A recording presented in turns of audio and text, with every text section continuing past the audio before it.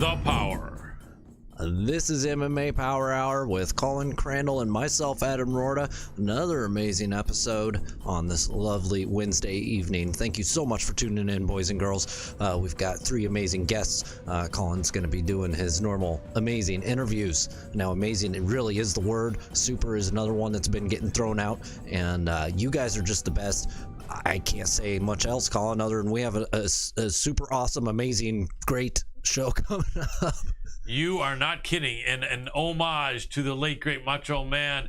Oh, yeah. We are going to bring a killer show to you. I am so stoked. I'm so excited.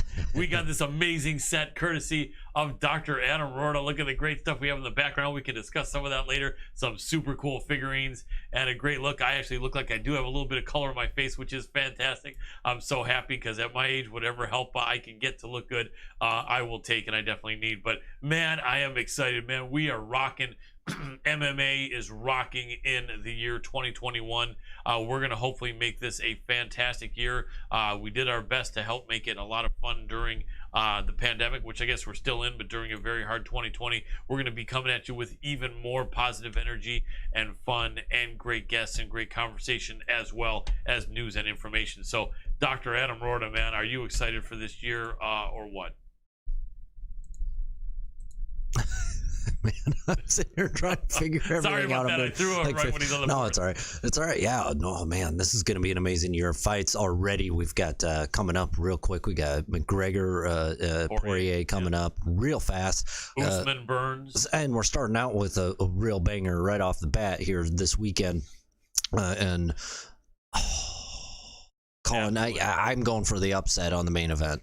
Yeah. Who do you, I can't believe I'm drawing a blank. This weekend's main event is, of course, Max Holloway, blessed, the former champion, against Calvin Kattar. I can't for a minute. I didn't know. I got Colin too excited before the show. No, he knows it really well.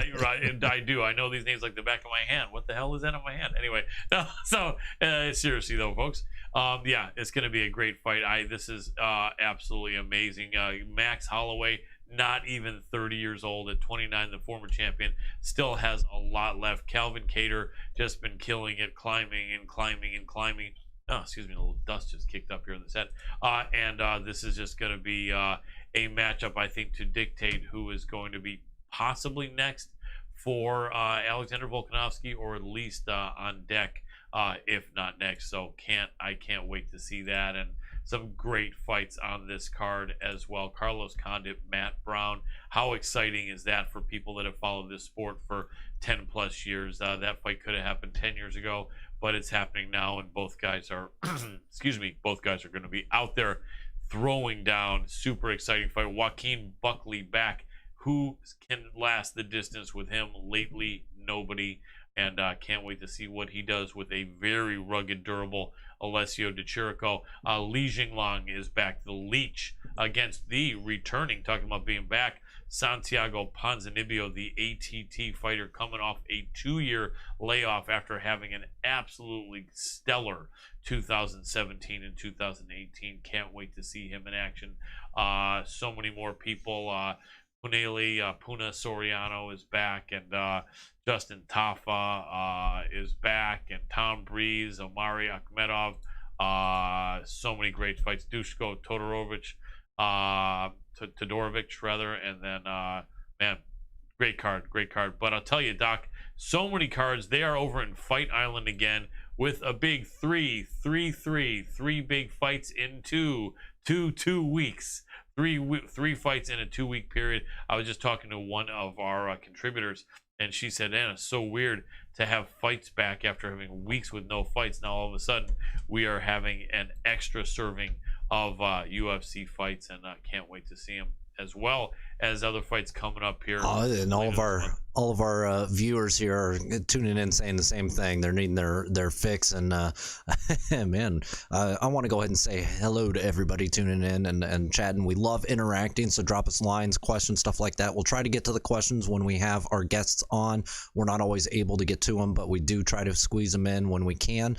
And yeah, Colin, so much going on besides just these fights. We got look at this set. Absolutely, this set is beautiful. And also, I want to thank the people that jumped in already on the chat. Just a Name What's up, Colin? This is Steve. Hey, what's happening, Steve? I remember chatting with you. I'm so glad you jumped in. I think you mentioned you would try to do that. Really appreciate you doing that, man. And I appreciate you being here, joining us live, man. We're going to do a killer show for you, and you're welcome to jump in, ask any questions you want to, and we'll jump on them as quick as possible. Also, Neil Security, you needed this Wednesday fix of UFC. Our pleasure to bring that to you, brother. Really appreciate you. And well, yeah. it's a lot of the same people that we've been seeing over the months and years here. Yeah. And we're going on our 4th year. We've got one more month, and sorry, is it 3rd year? No, it's going to be the 4th. Yeah, it's going to be our 4 years. March will be 4 years. Started, yeah. And also, I was going to say, Steve mentioned that he's shocked that Matt Brown never fought Condit. Steve, they were scheduled, I think, 3 times over the past 10 years, and it never happened. But I know you're glad to see it now, as am I. Doc, yeah, it's coming up on 4 years. We started March of 2017, and boy, have we come a long ways. Yeah, we did. From that hot room that you had in your apartment with no ventilation or air to this nice new studio and everything built up. Yeah. But speaking of our nice new studio, we wouldn't have been able to build this out if it wasn't for Nesa's Hemp. Now, we're super excited to have them on board with us, and they are excited to finally bring the world's safest, cleanest, most effective hemp oil for all of the combat sports athletes out there, and any type of athlete in all reality. This is exactly what all athletes have been looking for, and this will change your guys' lives forever if you guys take this product. I know it's changed my life. I know it's changed Colin's life, my girlfriend's, about 5 other people around me. I've given them a bottle, and this stuff just really, it just changes everything for you. It works from the insides, and you know, going over to nesashemp.com, and actually, if you want to get the best discount and best rates, go ahead and hit up mmaph.nesashemp.com. Now it is mmaph.nesashemp.com. You will find the most effective hemp with over hundreds of healing compounds, and it's what athletes desire the most. I back this product more than any product I've ever had because it is absolutely life-changing. Yeah, really good stuff, and we're not going to BS you. I personally despise people that are plugging products that don't work. Obviously, you guys see a lot of commercials where you have paid actors, and not only that, they'll jump in and say anything. The most egregious I remember was those sites that would say you get a brand new 80-inch color TV for $5, or some sort of expensive sound system for $30, and it turns out you have to make like 1,000 bids of like $3,000 to get that for $30. And I just looked at the people doing those commercials and thought, you know, I know you need to make a living, but that's disgusting to represent something that's absolutely not the case, and that's going to make people lose money. So no, we're talking to this Nesa's Hemp is really good quality stuff. The CBDA, we had a doctor on here who is an independent researcher, and we'll be including that next week here. Yes, actually, we actually next recorded it pre. I episode. didn't realize we hadn't released it yet. Yeah, we're going to release that because they really went to drill down on everything they could to make sure that this product was top quality. And like I said, I've been taking a leave mostly and other stuff to help me go to bed. This is the first product really that's helped me be able to not have to take my leave when I go to bed. So that 100% is true, and you know, and it's really done some great stuff. I mean, I wouldn't be willing to plug it if it wasn't such an absolutely amazing product. I'm not BSing, but yeah. Colin, we do have our first guest. He's not actually online yet, but we'll go ahead and try to go straight into that Skype dance and see if it works out for us. Because I have a feeling he will be ready, as he said he would. He's always a great guest. Yeah, bear with me a second because I gotta. Everything set up right. Oh, there he just said okay, cool. All right, and so that means he's hopping on right now, which is perfect. All right, and let's go here into the Skype dance. Do it. 1, 2, there he is. Excellent. And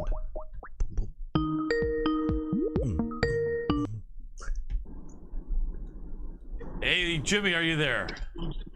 Hey man, yeah, I am. How you doing? Doing great. How about yourself? I'm good. I'm in the call right now. I apologize. I lost track of time training, and I'm getting home a little late. But totally. If you wanted to do the interview, I could do it right now. Yeah, if it's all right. Yeah, if it's all right. It's fine. Yeah, that's okay. Cool. So I'm going to give you an intro. We are live, Jimmie, and so happy to have you here. Ladies and gentlemen, this first guest on the show, we're so happy to welcome him back and always so grateful for his time. He is an absolutely amazing UFC fighter, I believe right now in the top 10 or 11, and should be probably even top 5, and will be coming up soon. We're talking about the man they call El Terror, Jimmie Rivera. Welcome back to the show, Jimmie. What's up, man? How you guys doing? Thank you for that. That was very nice. You're welcome. Well, it's that. true, man. It's true. You know you've been impressing for many years, and you're coming off a great win off another friend of our show, Cody Stamen, and that was a great fight. And you're on track here to do some great things. You got a big fight coming up. I've always been impressed with how you fight and how you conduct yourself, man. And so let's talk Pedro Munoz, man. That's been a guy that I think has been on your radar for a little while. Am I right? I mean, yeah. I mean, I did actually. Him and I did fight my second UFC fight in 2015, I think it was. Oh. So it's kind of like I feel like one of those things where there's a couple people I haven't fought yet, but there's going to be people that kind of show up back on the radar and fight again, just because being in the game that long and fighting a lot of the top opponents. If you look at the top 10, I fought half of them at least. Yeah, that's right. So you did fight. I think you did win that fight then early on, right? Yeah, I fought him in Brazil in his hometown, and that was quite an experience. I tell you, if you're not a Brazilian and you're American going to Brazil, it's quite an experience. I'm not a fan of you. Yeah, no, I can remember. I remember when Mark Coleman mentioned that. I think he was interviewed when Mark Kerr was fighting in 1996 or something like that. No, or 7. I think it was 97. And they were talking to him, and he gave a lot of credit to the Brazilian fans. But he said, "Man, yeah," he said, you want to have your friends with you." And he said, "But a lot of tough guys in Brazil." He said, "I wouldn't want to try to fight my way home from Brazil, if there weren't any planes or anything." But yeah, they support their fighters a lot, and they're a very passionate people, aren't they? Yeah, super. Yeah, absolutely. So that was a good victory of yours, and that was early on. And 5 years ago, I'm sure you've both changed and you've both improved. But does it? I mean, I know you don't really need a mental edge, man. You're an experienced, top quality, top level fighter. So I know you're not trying to look for any sort of mental advantage because you just do you and you do that successfully. But when you have a victory over someone, does it give you a little bit of a mental advantage, or does that only work if it's within like a year or two and it doesn't really count if it's 5 years ago? What are your thoughts, and how do you look at that fight? How do you think most fighters look at a fight where they beat a guy, let's say like 5 years ago? You know what? I don't even I think about I guess me mentally is more like I'm fighting this guy for the first time. Right. I don't really think about it. I'm not sure if he thinks about it, but I'm more like it's like I'm fighting this guy for the first time. And I think 5 years is a long time to wait to fight again. So I mean, a lot of things change from that time. So improvement wise, I mean, and what you do and stuff like that. So I think you grow as a fighter and especially experience. So it's a lot different. Yeah, absolutely. And is he ranked a couple spots ahead of you, or do you know? And I know there's often different various rankings. I think I'm either 9 or 10, and he's either like 7 or 8 or something like that. I'm not really sure. Can't really tell you because I don't have it in front of me right now. Right, but it's really close, and that's good because people like to fight people that are ranked close to them, not behind them. But sometimes you don't have any choice. But this is definitely a fight that will help the winner for sure vault you up into even the higher echelon and upper echelon than where you are right now. And hey, you know what? I wanna throw a statement from the fan. Because we have fans, we're interactive now, Jimmie, which we really weren't as much before. But we have a guy named Neil, the security, who wanted to say, "Hey, Jimmie, as a fellow Puerto Rican, I'll be rooting for you, champ." Thank you. I appreciate that. Thank you. No problem. So Neil, just you saw Jimmie appreciate you there, and yeah, it's gonna be a really good fight. And what do you do in a fight like this, man, where you've got another top-ranked contender fight? Let me rephrase that. I know that obviously getting in and out, taking as little damage as possible is ideal. I know probably every single fighter, if given that opportunity, would take it. I don't know. There are some fighters, maybe I think Justin Gaethje, that might take a knockdown, drag out war. I don't know. Not that other fighters don't want that, but when you're up against someone really good like you are, is there anything fun about that? I know in like a game of tennis or a game of chess or something where you're not being hit and thrown and taking damage, a lot of them say that it is a lot of fun to go up against someone really good. Is there any fun in going up against someone really good like yourself that stimulates you, or is it something that most fighters kind of don't really enjoy doing that much because they realize it's probably going to be a long night? You know, uh, I guess, like I said, it's like one of those things that, like, like when I'm training for a fight, I'm focused on what he's done in the past and what I should avoid and what's good and what should I take him out of his comfort zone and stuff like that. I think finding someone, I think everybody's good, especially in the UFC. You get there. It's not an easy road to get there. And with that said, I mean, it's sometimes it does become like a chess game, and the things you want to do, you have to set them up. And I mean, there's a lot of strategy to it. And I think when it comes down to it, it's like I know some fighters say like, yeah, I don't watch my guy at all, or I don't watch footage. I think it's important to do that, watch footage, and like get to know who and what you're dealing with, and have a preparation, have a couple game plans going in. Makes sense. What do you see that's changed about him over the years? And I'm sure probably it's some improvement. It seems like he's gotten better as you have as years have gone by. But if you had to point something out about him that you think maybe he's improved, I know most fighters don't love necessarily to speak super highly about their opponents, but if I could ask you, what do you think maybe he's improved on, or something that you feel that Pedro Munoz is really good at? Yeah, I think all in all, it's experience. He's fought a lot of the same guys I fought and some others that haven't. And just with that experience to bring that to the table, to the octagon when we fight, I think that's something he's obviously improved on. And having that experience and going 5 rounds and going, 3 rounds and fighting these top guys, you really learn and you go back. And I think at least he goes back and watches and see what he can do better and see what he did that was good. I think that whole experience thing, is something that he brings to the table. And what do you think you've improved most, let's say, in the last 5 years? I I'm gonna have to go with the same thing, just experience, fighting wise. Like being a seasoned fighter instead of being brand new, and especially fighting these top ranked guys. A couple of years ago, now I'm fighting them, and I've been in it. I've been a top guy, and having that experience it's always a big deal, I think. Absolutely. Um, so another question: when you're looking at footage of your opponent, and this I'm curious about. I haven't heard this question really asked by very many people, if any.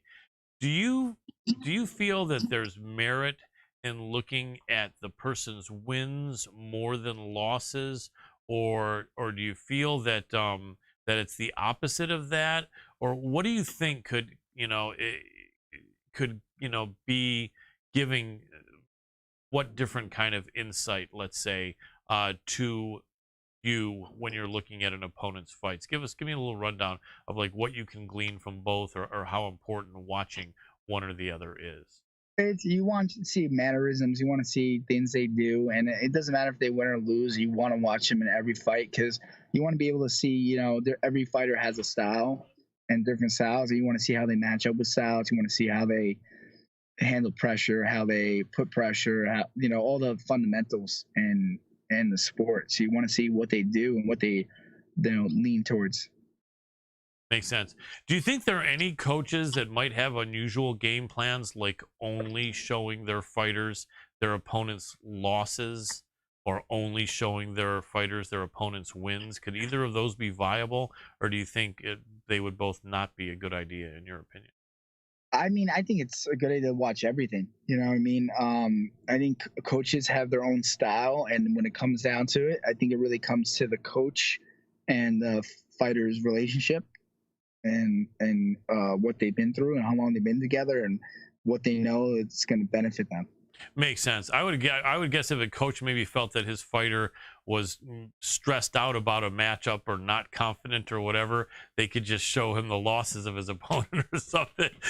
You never know. Yeah. I guess it depends. I mean, this really is a mental game, isn't it, Jimmy? I mean, I know that you know that, but maybe you can elaborate a little bit on that, because people say that, but I think a lot of fans don't necessarily understand what that means. I mean, they maybe understand that it means you got to have confidence, but what does it mean a little bit when fighters say, some fighters will say it's like this fight game is like 80 or 90% mental. Can you give us a little bit of perspective on what that means? Yeah, I mean, I guess you could say to, in layman's terms, like the fighter has to go into the fight and be confident in their training camp, for instance, and to be confident in their game plans and confident of doing what they're going to do in the fight. I think fighting, as physical as it is, mental, and if you don't have that mental, I know people, and not saying any names, I just know people in general who beat themselves before they even get in the fight, and some are like, they beat themselves because they don't think they can perform, or they don't think they can do what they are supposed to do, or they just overthink their opponent, and that will not help you in the fight game at all. You got to believe in yourself, and you got to go out there and you got to let go. I mean, you go into a fight, there's the same chances you have getting knocked out or hurt. It's the same chances he has. Very, very true. So this fight is going to be February 13th, and it's going to be on the undercard of Kamaru Usman and Gilbert Burns, man. That is going to be a great card. There's also some other great fights on there, and so you are part of a great card. Does that excite you in any way, personally, like knowing that there's a lot of other great fights on there, because there'll be more eyes on the card, or it'll be more fun for you, or what are your feelings? Yeah, it's always fun. It's always fun to be on a stat card, but sometimes you get cards that are like unbelievable, and some people don't know people's names. And I think every card has a potential to do really well, and I think it comes to like matchups and styles and stuff like that. But I don't think, watching like if I was a fan, or even as me being, in it, you get some cards that are like, wow, that was the whole card. Like, I didn't know some of the guys, but there was exciting fights. There were some cool things, that happened in the fight, or knockouts, whatever it might be. And or even some no names that are going against some big names, and all of a sudden those no names people like get their win and get a win in a crazy way. And I think it's almost valuable to have every, to watch if you're a fan, watch every fight, because you'll get your money's worth. Absolutely. And speaking of which, I know Mike Tyson was a great student of the game, and I've always been an advocate of being a student of the game, and it sounds like you are. You do watch other MMA fights, not just your own. Yeah, I always do.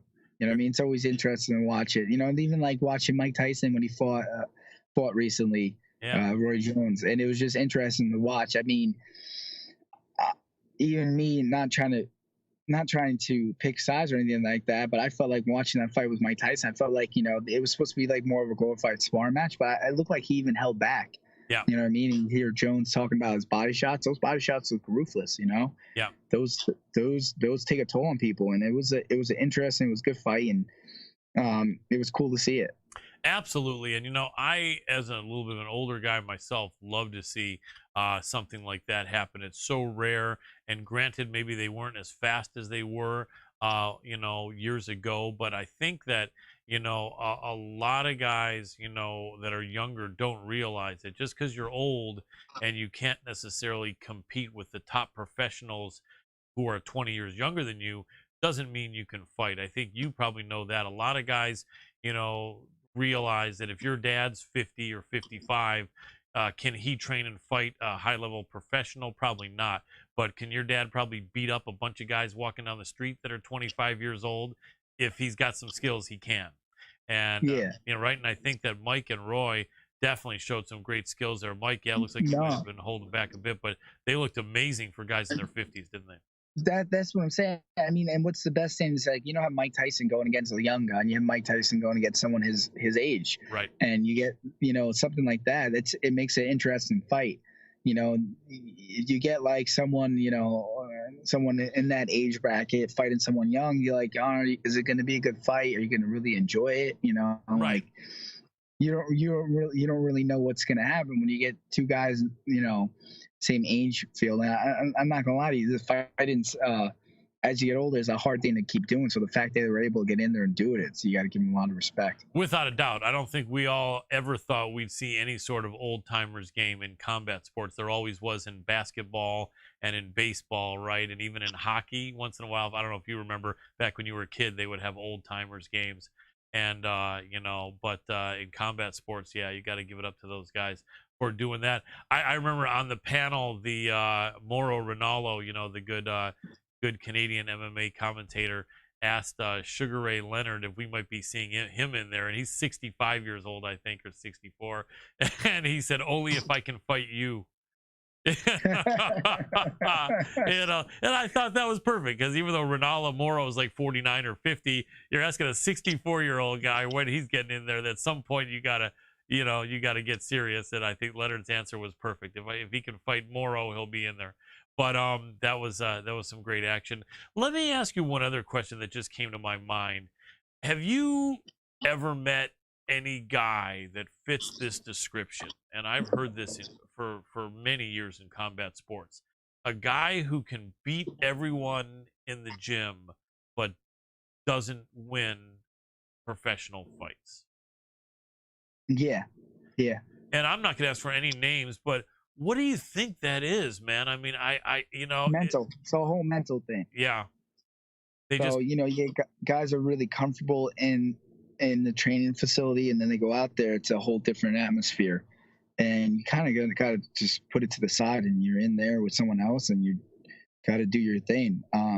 But yeah, I've known people like that, and you just go like, oh man, why don't you just go like you are in the gym? You would just kill everybody. Yeah, it's just maybe like a mental block. And I've heard once in a while some of these guys can get over it, but sometimes they can't. But you never know. I mean, maybe for their own preservation, it worked out good. It turned, because some fighters end up having like a weak blood vessel in their brain, or other various heart problems that were not detected. And you never know. Maybe these guys, God's looking over them to not have them get in there that much. But if they keep on losing, then you hate to see it continue. But yeah, you really have to have that kind of a confidence, because it really is kind of an adrenaline dump. Speaking of which, when after you fought for several years with huge audiences, thousands and thousands of fans, what's it like for you to fight with no fans? Can you give me any insight that maybe we haven't heard? And I know we've heard a lot out there, like you get to hear the other guy's coach, or you get to hear it's really quiet, you can hear your coach clearly. Are there any interesting things other than that you found that makes it kind of different when you're walking down the aisle with nobody screaming, and you're in there fighting and throwing punches and stuff and taking people down with nobody screaming? Yeah, I mean, it's some people depend on the fans. Me, I it's just easier, like they say, you can hear the coaches, you have more of a conversation. It's almost now, it's like, yeah, you're in and you're trying to kill each other, but it's like you could hear what they're saying, you can hear your coaches, you can it almost right now, what it's like with the whole pandemic and how the fights are going on, it's almost like you are training. You know what I mean? You're training, but now it's like, real training, like you're gonna get bumped up and bruised bad and hurt, so you got to be on your game. But it's nice to be able to hear and talk. And when I was in Abu Dhabi and fought, it was great to have that silence where you could hear your coach clearly, instead of you sometimes struggling like, what did he say? Excuse me, what did he say? I'm like, So Absolutely. that's a nice concept. Absolutely. Is your fight on the 13th going to be in Abu Dhabi as well, or is that back in Vegas? No, it's in Vegas. Okay. And have you fought in Vegas during this pandemic, or only in Abu Dhabi? Just Abu Dhabi. So that should be interesting. You're going to go. I'm sure now the Apex, I think before the pandemic, they weren't really having anyone fight there except for in the Ultimate Fighter. And so I don't believe you fought at the Las Vegas Apex or UFC Apex yet, have you? No, not yet. So I'm looking forward to it. But I mean, from Abu Dhabi and that, I mean, Abu Dhabi the arena was a bit bigger, but as far as I know in my knowledge, but I mean, it's not much difference, and it's it's nice in a way that, you know, the UFC is doing all these precautions and doing all these things and keeping the fights going. It's really a great thing. Absolutely. So you're still fighting out of your school, Tiger Schulman, right? Yeah, still out of Team Tiger Show and still training with them full time, and fighting, you know, training, doing the camp with them and fighting out of them. Who's over there helping you for this camp? We got all the pros, so we have all the pros and the amateurs and everybody training, you know, like training partners like Julio Arce, Shane Burgos, training with them, Mike Trezano, the other guys that are in there that are amateurs or are pros, but unfortunately right now the local circuit and stuff going on, it's quite hard because they're not having fights as much because of the whole COVID thing. Right. Very, very true. So a win over Munoz puts you really up there in a very competitive bantamweight picture. I'd like to get your opinion on some of the logjam that's right above you here. You got Peter Yan as the champ.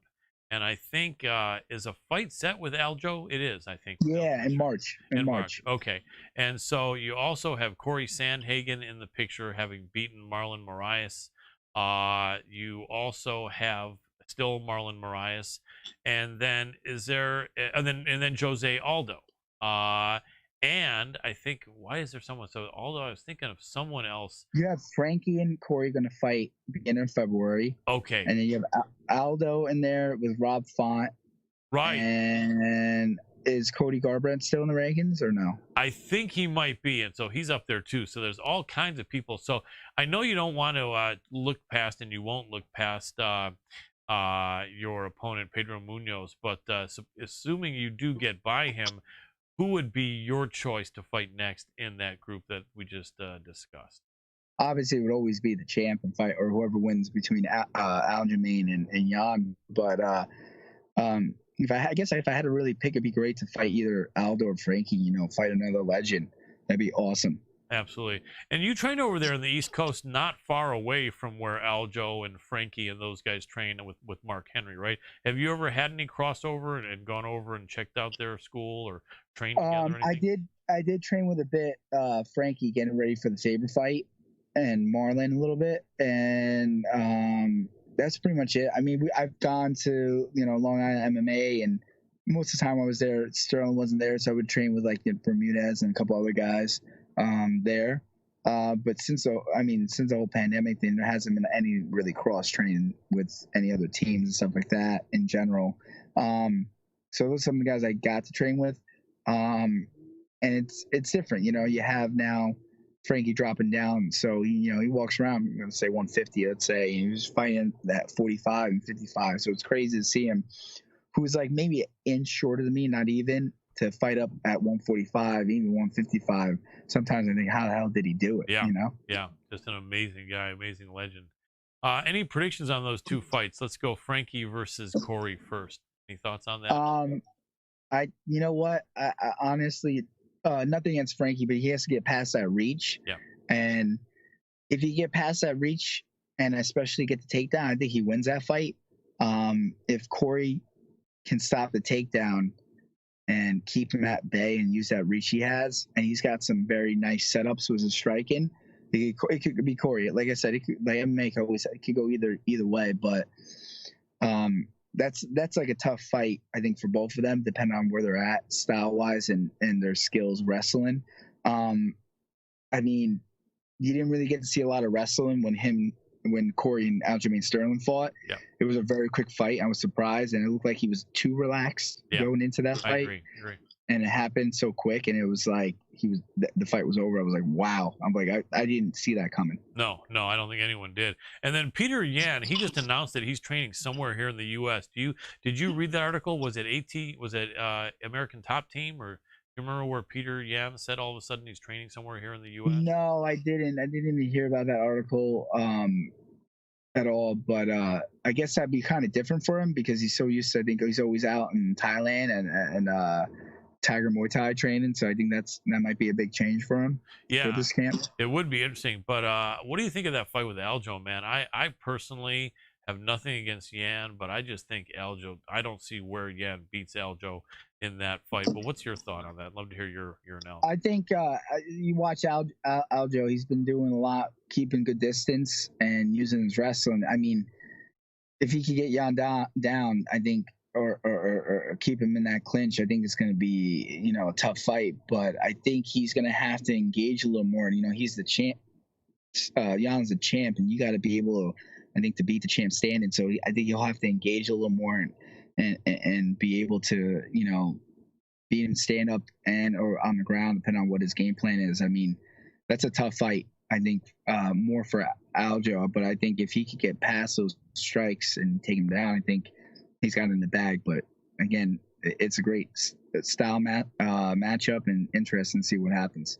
Absolutely. Other big fights coming up. I'd love to get your opinion on, if I could. Conor McGregor and Dustin Poirier, number 2. They fought, I think, like 6 years ago or 5 years ago, something like that. Just kind of or similar time, I think, that you had fought against Munoz. But that was at 145. I think Dustin was just dead at that weight.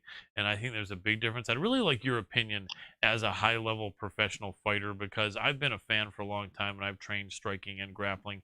But, you know, basically no one knows, I think, as much as you guys that are in the thick of it. So let me ask you this. My feeling is, I'm thinking that Dustin's hands are better. He's a lot more comfortable at 155. He's a lot more patient. I think he's not going to go into that fight as angry as he was at being clowned so badly by Conor McGregor, because now everyone knows Conor does that, and Conor might not even do it. And I think that, you know, that those things lead me to believe that, you know, and some other people to believe that Dustin has a very good chance of being in that fight. But then you have the other side who say Conor's going to smoke him. He's just way too accurate. He's still got a reach advantage. He's just, you know, he's in his head, whatever. What's your thought from your position as a high-level UFC fighter? My thought is that, you know, Dustin is a good boxer. Conor is really good at keeping his range, and he's got a good left hand and left leg kick. I mean, I think when it comes down to is that if Dustin keeps his boxing, especially the way he was with Gaethje, I think he could win that fight. But if Conor's controlling the distance the whole time, he's going to win. And then if you see, you know, if he overthrows a right hand and doesn't come back with a hook or something, I think Conor's going to catch him with that left hand. He's got a very good left hand, straight left. So I think that's a big. If I was Dustin, I'd be working on always coming back after the cross. And I think it's going to be definitely a striking match the whole time. So It's going to be on the feet the whole time.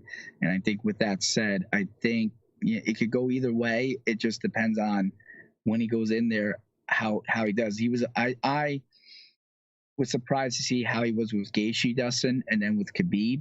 He wasn't as his striking looked great. Yeah. In Gaethje, but when he went with Khabib, it was very more like, maybe he was more worried about the takedown, but his punches weren't as crisp and brought back compared to he was with Gaethje. He was a little sloppy.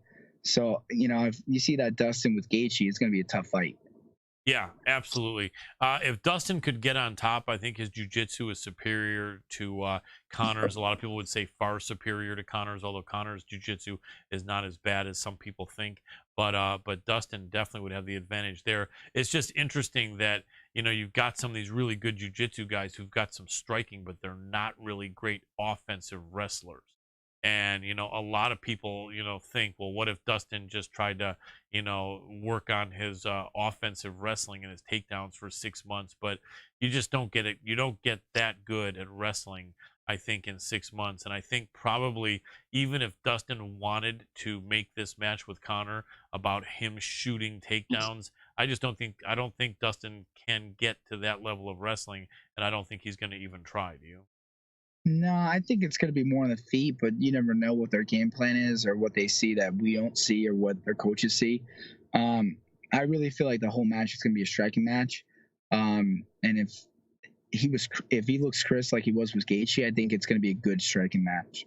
Makes sense. And the winner of that, do you think they should make that person the new champion? Do you think they should make the winner of whoever Gaethje fights the new champion? What do you think, and kind of assuming that Khabib is not going to be in the picture? I mean, does Gaethje have a fight right now or no? I don't think so. I mean, you got Chandler versus Oliveira, and you got Conor and Dustin. I would assume that maybe the winners of both will fight for the belt, and then from there, if Khabib doesn't come back, you know, the winners will both fight for the belt, and then maybe Gaethje's next in line for the Gotcha. shot. I don't know. Or does Gaethje need to win a fight in order to get the shot? That's kind of like that's up to the UFC, I think, when it comes down to it. You know, I think they changed it, and they've got Chandler against Dan Hooker. I may be wrong, but no, you're right. It's against Dan Hooker. Was it with Charles Oliveira? No, right? And so Charles Oliveira, maybe Gaethje is with Charles Oliveira. Maybe that fight is set. I know that if it is, it's not going to be next month, but I think they're talking about that. I think that's what they're hoping for, but it's nothing shown online as of yet, as far as we could see. But I guess if that happens, then the winner of those two, you know, possibly could fight each other. But I hope. I think when it comes down to that, I think it's like if Conor wins, then he'll fight maybe the winner of Oliveira. I think it'll be almost like his choice, either Chandler or Hooker or Gaethje and Oliveira if they're fighting. But if Dustin wins, I could see more of a chance of whoever's the winner of. If Charles wins, I think he'll fight him, or I could see more the winner of. If Dustin wins, the winner of Hooker and Chandler, just because, you know, if Gaethje wins and Dustin wins, they already fought and beat each other. I think it will go full more lines of who wins with Hooker and Chandler. But I think it all comes to as performance. Yeah. You know, who has the best performance out of the three. Yeah. And then you got two that have really good performances, and those two are going to fight. I think if Conor wins, I think that becomes a big set off and a big business move and good business move for the UFC to have him pick almost pick who they'll pick who they want him to fight, who's going to sell him more. I mean, I can see it being huge having, you know, if Chandler wins against Hooker, Chandler and Conor fight, and I see that's a huge thing. Or could be Gaethje and Conor. I mean, you know, I don't know. I think it's all like performance. Absolutely. Well, I really appreciate your breakdown and analysis, man. That means a lot. And I really want to thank you for jumping on, Jimmy. I'm going to let you get back to your night. You got a lot of training to do. You're fighting on February the 13th against Pedro Munoz in Las Vegas on the undercard of Kamaru Usman Gilbert Burns. Man, can't wait to see another amazing performance out of El Terror, Jimmie Rivera. Thank you so much for taking the time to join us again, brother. No problem. Thank you, and have a great night. You too. And that was Jimmie El Terror, the Terror Rivera, and super exciting fighter, really good guy. Always glad to hear his analysis. He's always a definitely well thought out guy, isn't he, Adam? With his breakdown of fights, and that helps make our show more interesting. You can tell he has a high fight IQ, just in general. Always. And you know, with himself, I mean, his record speaks for itself. Yes. So yeah, it's always exciting having Jimmy on. He's known as a solid guy all around the UFC and outside of it. So many people he's known as a guy that runs to people's aid, and you know, we need more of that in 2020. A true martial artist. Now. Yeah. I think over at Tiger Schulman, they really preach that, being a real, you know, traditional martial artist and having that honor and respect. And so really good school, always good guys that fight hard and have true respect out of Tiger Schulman School. Anyway, we are ready, I think, for our next guest whenever you can get that queued up. Oh, yeah. We'll go straight into the Skype dance here. Let's rock it.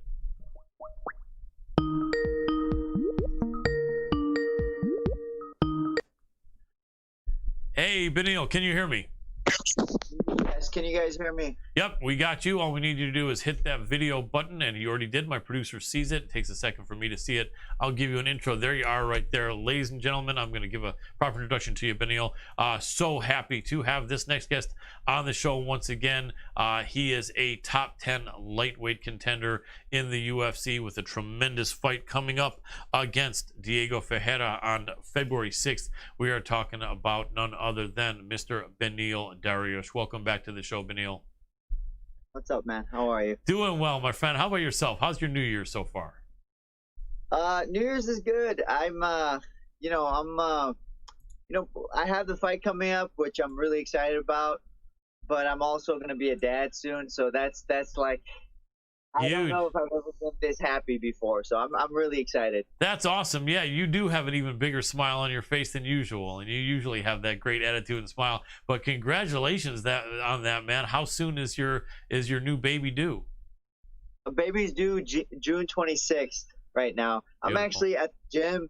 I'm gonna jump in and do some training right after this, but you guys are looking at our back room of our gym right now. That's what you're Nice. seeing right now. I like it, and I appreciate that. And we'll make sure to keep it to approximately 15 minutes or so, as your manager over at Dominance requested. And you know, we're happy to have Sounds you. good. Yeah, but man, that is great. What a great year you have in store for you, man. You're gonna have a new baby, and you're rocking and rolling and doing everything you can. Have your charitable organizations been able to stay alive during the pandemic? Yeah, so the orphanage or foundation, whatever you want to call it, is going strong right now. I was actually just speaking with Leo, who he's the head pastor of the church in Cap Haitian, but he also runs the orphanage as well. So everything's going well. We're supposed to go out there in March right after my fight. So just we're building things little by little. That's awesome. And Cap Haitian is in Haiti, right? Yeah, it's north of Haiti. It's north in Haiti. Okay, that's awesome, and that's amazing that you funded that, and thank God that's still going strong in light of the pandemic. And man, so you're doing all kinds of great things, and you have this great fight coming up, and let's talk about that. This is a man you beat, and it's ironic. Our first guest of the show, top 10 bantamweight Jimmie Rivera, who we just finished with, is actually fighting Pedro Munoz, who he beat like 5 years ago. And you're fighting Diego, who you beat 5 years ago. And so it's kind of a coincidence. And the funny thing is, all four of you are right here around the top 10. And so this is an interesting fight. So I was looking at this. You're only, I think, 31 now, right? Yes. And Diego, I think, is 36. So you beat him, I think, right before you turned 26, I think, or when you just turned 26 or something. And he was the age you are now, 31. And so now you're fighting, you're 31 and he's 36. Although at 36, it's not the end of someone's career. Although some might say he might be slightly past his athletic prime, but not by much. But then he's been killing it lately. But so have you. You've been killing it lately too. So it's such an interesting fight. Odds makers have this fight almost even. I think there's no odds makers that have him the favorite. There's, I think, 3 or 4 odds makers that have you a slight favorite, and then the other 3 or 4 have it as a pick 'em. But this is an interesting fight, man. Let me ask you this, and I asked Jimmie a similar question, but make this a little bit different. When you are such a good fighter, you've been killing it, your mindset is so great, your confidence is so great, your focus is so great, your fight IQ, your coaching, your training, and when you see you're going up against a guy who has pretty much those same things going for him, is there some excitement going into a match with another guy? It's almost like two Terminators going at each other. Is there any excitement, or is it just the thought of a long night that even though you win is going to be a long night full of bruises and cuts and blood? Well, how do you feel about that? So for the fight, I'm pretty excited for multiple reasons. You know, one, the last time I fought with him, I never came even close to finishing him. I couldn't even. I won the fight. You know, it was 30-27 on the judges' scorecard, but it was a really close fight. Like, small intricacies made the difference in the fight. Small movements made the difference in the fight. And this next fight, he's improved so much, and I like to think I've improved a lot as well. That's one thing that's really interesting and motivating to see how the fight's going to play out and how I can shut him down again. Another thing is that it motivates me a lot is I'm 1-0 against this guy. I don't want to be 1-1. Right. You know, it's going to be 2-0, okay, but it's not going to be 1-1. That's something that really motivates me. Like, because if it goes 1-1, that means we eventually down the line we might have to do it again or not, whatever. But I don't want that. I want to I want to make it clear that I'm the better guy. So that's another motivation I have, and just being the best. And he's a guy in the way of that. He really is amazing. At 36 years old, he's doing better than he's ever done, and he's, you know, I would say he's the 10 times the fighter he used to be. Yeah. And you've improved a tremendous amount as well. So it's really a good match. Is there I mean, every fighter, I guess, would love to be able to go in there and take his opponent out in the first 30 or 60 seconds, because then you make your paycheck, you support your family, you're not in the hospital, you're not healing up from having pain and discomfort or injury. But is there some fun going up against another guy that's this good, knowing it's going to be a really interesting chess match? Is there something about it that brings excitement to you where, like, you know, like if you were going in there to fight me, there's no fun for you because you beat me in 2 seconds, you know? But when you someone like this, is there some fun thinking about it, or would you just say, man, I'd rather not have fun with Diego for 15 minutes but beat him in 30 seconds?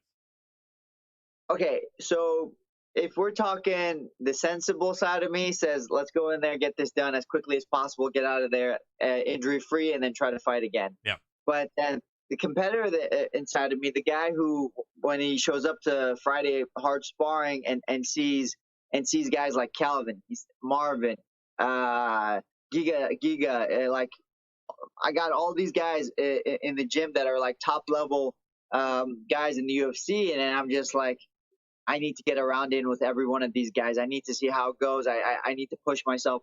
That part of me says, let's go as long as we can. Let's see who can dig deeper. Let's see who's gonna break. And I want to know more about myself, and that's one way to find out is to go in there and to be pushed to your limits. So there's multiple sides to a person. You know, it's so hard to just say, oh, I want this, because sometimes you don't even know what you want until later on. Yeah, absolutely. Absolutely. And people love to see back and forth fights. That's one of the things. I've been a fight fan for many years, as I know you have, even before you were a fighter.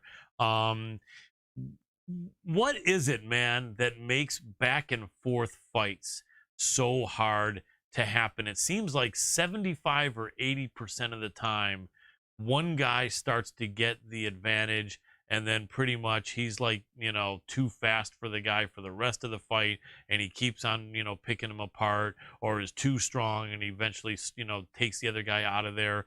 What is it that just makes fights that are going back and forth and back and forth and back and forth so rare?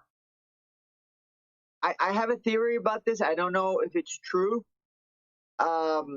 So when you see somebody who's absolutely dominant, who does things that like you don't think they can do, or they shouldn't be able to do, like, you know, back in the day, Anderson Silva did like whatever he wanted in the fight, and people admired him. And then you see guys like Forrest Griffin, who not the most athletic, and like all his fights were close, but he would sometimes pull off some of the bigger upsets, and I think that makes you more relatable. I think that's the difference. I think because it becomes more relatable, it's easier for you to side with someone you're able to relate to. So I think that's what makes these fights so exciting. You see two guys just digging deep and pushing hard, and all of a sudden you go from admiring them to seeing their humanity and saying, oh, I can relate to that. I can see them suffering. I suffer every day. Maybe not in the fight, but I suffer every day. I have this problem. I have this problem. And you watch somebody like work through their problems inside that octagon, and I think it makes you more relatable, and that's what people love. That's why I think you see that you see that connection with people and the fighter, the fans and the fighters, because they're so relatable. You get attached to them. Absolutely. And what do you think about Diego personally? I think he's a family man. Seems like a nice guy, doesn't he? Yeah, I mean, I haven't had too many conversations with him, Right. but from what you can see, he is a family man. He is a nice guy, and he has the same dreams I have. He wants the same things that I want. It's really hard to hate a person like that. But in this business, you have to crush somebody's dreams in order to make yours come true. So I appreciate Diego's dreams. I appreciate the man he is. I respect him, but I also have to push him out of my way. Absolutely. You know, I know you both have the same intentions, but no bad blood between you two, is there? I wouldn't say so. I think I've seen him a couple of times when we shook hands. If there's bad blood, at least I wouldn't know about it. Absolutely. And you both come from really good teams. He's out of Fortis MMA. I'm sure you've been aware of them. They had a great year last year. This year, not as much, but they've got talented guys that really fight hard. And so do you guys. It's the same sort of a family feeling. I've interviewed your coach, Coach Rafael Cordero, before, and interviewed their coach, Saif Saud. Both very smart guys. The coaching is going to be a good part as well. Although with you guys being such veterans, I think you kind of know what you're doing. That's another good question, actually. When your coach has a guy who's in his first pro fight or second pro fight, probably that's a time where your coach needs to be really dominant and needs to get into your face in between rounds and say, hey, look, here's what you have to do. You have to stop this, stop that. Here's what you do. Is it a little bit different when you're a highly ranked fighter who's had so many fights and has just got such a winning streak going? Does the coach tend to say, hey, I'm not going to go in there and step on Beneil's toes and talk to him like I would 10 years ago when he was so much younger? Or is it a similar feeling, or do you have some sort of agreement on how he's going to communicate with you? How does that work between when a coach is coaching a new fighter and a really experienced, great fighter like yourself? I think our relationship, Master Rafael and our relationship has matured. So since the beginning, we have changed the way we operate with each other for sure. But I think different moments call for different reactions. And there hasn't been too many times where Master Rafael has come up to me and kind of been like, hey, pick it up and blah blah blah blah blah. Typically when we get to the corner, he'll calm me down. We'll speak about the round real quick, and then he'll give his advice. And the advice normally he gives is very simple: things you can remember, things you don't forget about. As far as pushing a fighter and like really pulling out extra, I think you have to see a fighter maybe, because I've coached a few times and I've had a few fighters where I had to yell at them, and usually that happens when you see your fighter breaking. Yeah. So when you see your fighter breaking, you want your fighter to be more afraid of you than the opponent standing across the cage from him, right, if that makes sense. Yeah. Because sometimes it's not that we're tired as athletes. It's not that we can't keep going. It's just we want to stop because of the pressure, whether it's the pressure you put on yourself or whatever it may be. We just want to stop. And then when you introduce a new threat, which is the coach, yep, which is a scary coach, it instead of being pressure, it becomes a motivation. So nice. I think every situation requires a different approach. But I will say, Master Rafael and I now we speak less, but we understand each other more. I definitely have to say that nowadays we speak less, but we understand each other more. And I think that takes time. It's not something you can develop over a couple of months. Absolutely. That makes a lot of sense. We got a question from one of our fans here. We're starting to be more interactive even with the show. Beneil, we're making everything rock and roll and get even better and better for 2021. And we were already good before, but we're really working on being an amazing show visually and with content. And so we have an interactive question. The first thing Neil, the security guy, asked was, how do you prepare for a guy like Diego? And I think we kind of already went over that a little bit because you know him, you fought him before, he's super skilled. But let's go to his second question. What would you consider one of, so he's saying this to you, Beneil, what would Beneil consider one of his best characteristics? That's okay, here we go. What would you consider one of your best characteristics as a fighter that separates you from everyone else? I think, man, I've had this idea that talent is kind of it's just a made up idea. It's just a made up word to separate people. I'm not really a big believer in talent. I believe what you put in is what you're gonna get out. And people always say to me, "How can you say that?" I see kids that come in here with such a big difference in speed and agility, and I always think to myself, well, what did they do as kids? Like, I have nieces, and they have different preferences, and their preferences kind of are shaping their bodies and the way they move and the way they think. So I'm not a really big believer in talent. I started doing jiu-jitsu when I was 18, and I started doing MMA when I was about 20. So I'm really far behind, and people are like, "Oh, you're doing so good," blah blah blah blah blah. you started so late, but you're doing okay now. And they always try to throw that word talent in there, and I always make sure I throw it out because it's when you put that word in your head, it'll hold you down. Right. It'll start to cripple you. Yeah. You'll think I deserve this because I'm talented. I deserve this because I have this gift, this God-given gift. I believe I have a God-given gift, but I just don't believe it's the talent. I believe it's the fact that I understand how the world works, and I'm willing to outwork whoever I have to get what I need. And I think that's really it.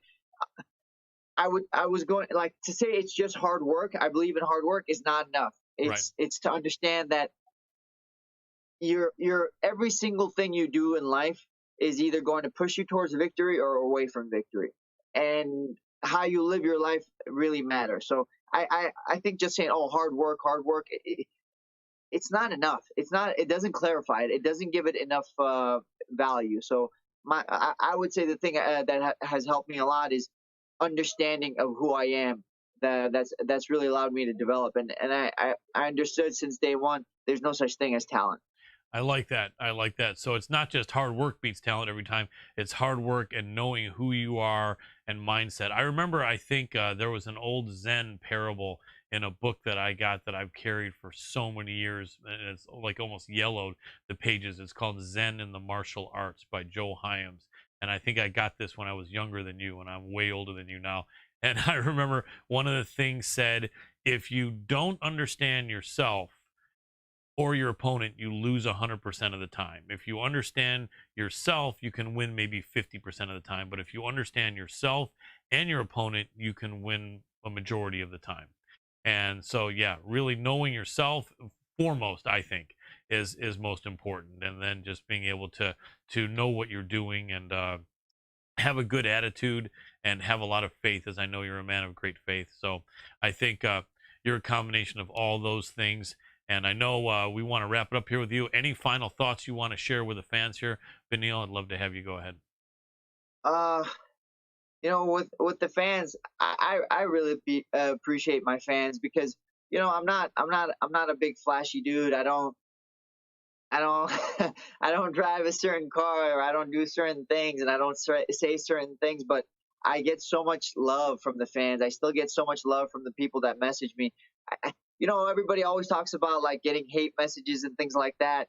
I rarely get that, and I'm just grateful that I have such good fans, and that's pretty much it. I'm surrounded with such good people. Absolutely. Well, we really appreciate your time, man.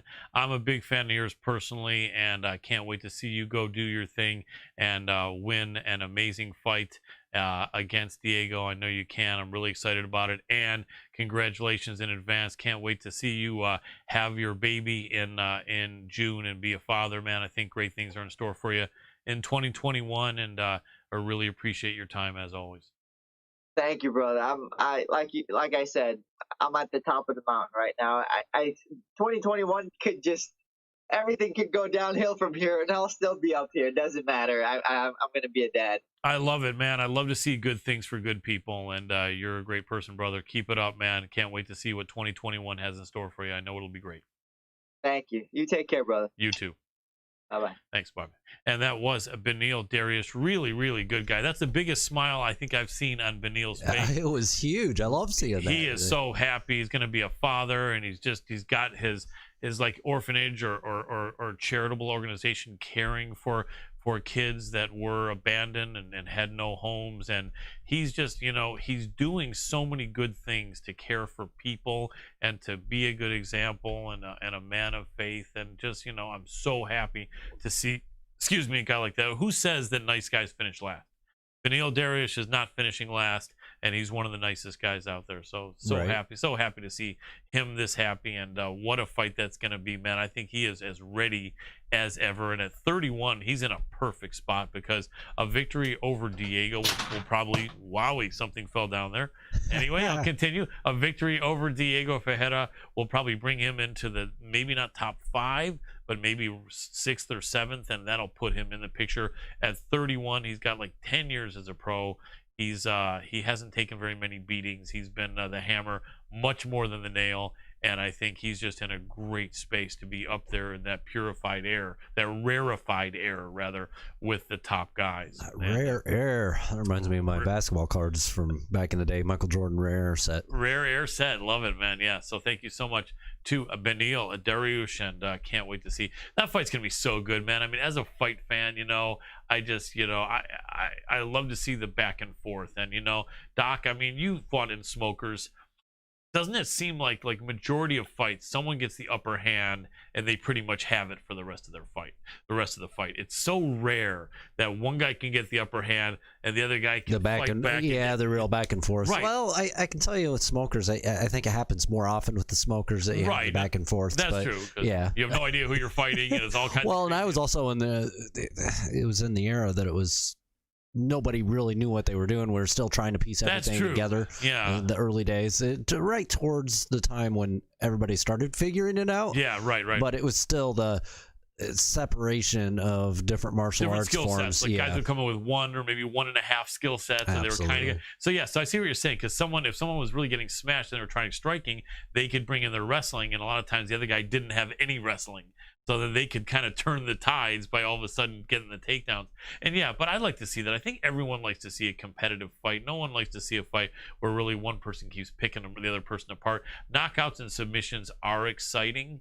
Although, you know what? I don't know if you agree with this, Doc, but I would rather see a fight between guys like Beneil and Diego that are talented guys, where they're going back and forth and back and forth and back and forth. I'd rather see a fight go the whole distance or almost the whole distance than the most spectacular knockout in the first 30 seconds or the spectacular submission. I love the back and forth. I mean, look, it's more satisfying. I think one of the best fights last year, it was a women's fight, and I would say it was probably one of the best of all time. I'd put in top 3. Yeah, Zhang Weili against Joanna. Weili versus Joanna, and amazing. That was nothing but back and forth the whole time. It was not just trading exchanges, but it was literally, you'd see Joanna go for a few exchanges in a row, and then Weili would come back, just like you're talking about, true back and forth. And it was just give and take and back and forth, and Joanna had the advantage, then Weili had the advantage, then Joanna was picking her apart,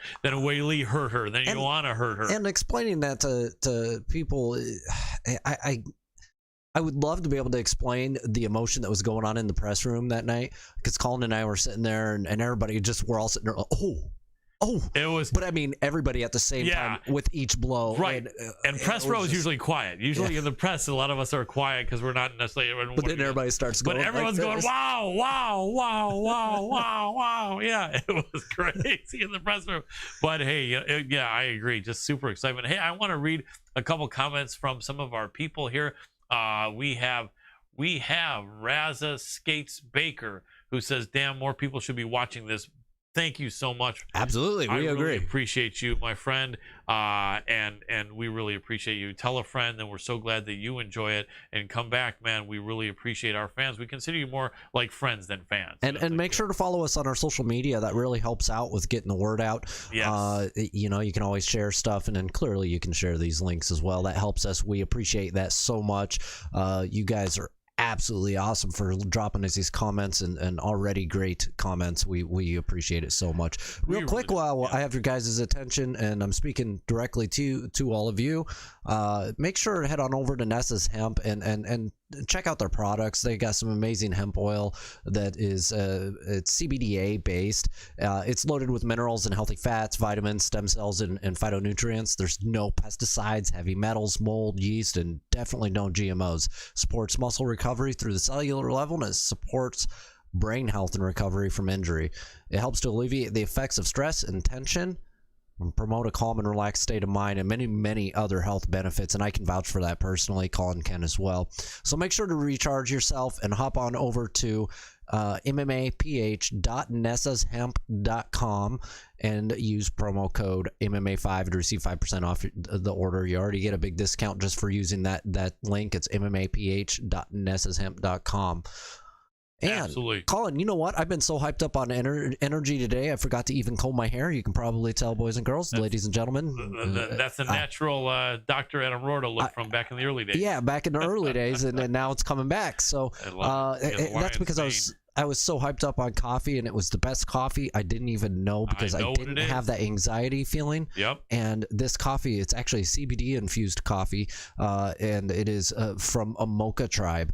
Go on over to mymochatribe.com and purchase coffee. You get 10% off by using the discount code MMA Power 10. Yes. Now that is as in MY, mocha, MOCHA, tribe.com. Absolutely. Really good stuff. Really, really good stuff. Quality coffee. Some of the best tasting coffee I've ever had. I mean, again, this is one of those things. I'm not even trying to do a sales pitch right now, guys. This is just, I kind of did a little bit. I did a live read, but these products, I stand behind them 100%. Yeah, really good stuff. Mocha Tribe is good stuff. Good tasting coffee.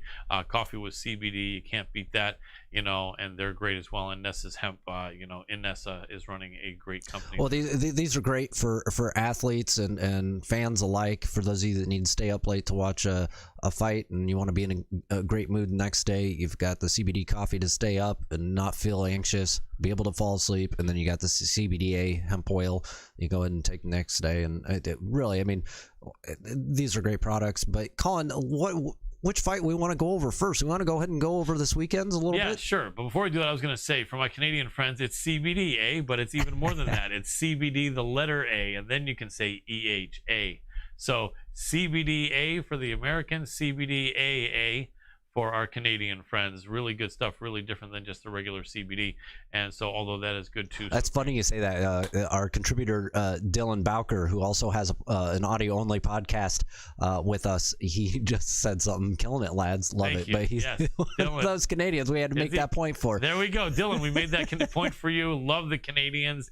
Really great people. Our brothers and sisters from up north, as they say. And, really appreciate them. And then... thank you for Neil saying that Ben Neil is an awesome person. Absolutely. We appreciate that. And also for the Skate Baker, Skates Baker, we want to say that I know you were reacting probably to the fact that an interview with Beneil is what you should be watching. I'm not trying to take the credit for our show. We do make the guests the stars of our show. And absolutely, we hope that more friends and guests and fans and friends of our current watchers will jump in, because we do make the guests, the celebrities, the stars of the segment, and we do let them talk, unlike some other people that like to interrupt like crazy. We let them talk, and that's one of the key things here. We listen, and absolutely, we listen, and even when we've got Frank Mir getting knocked out by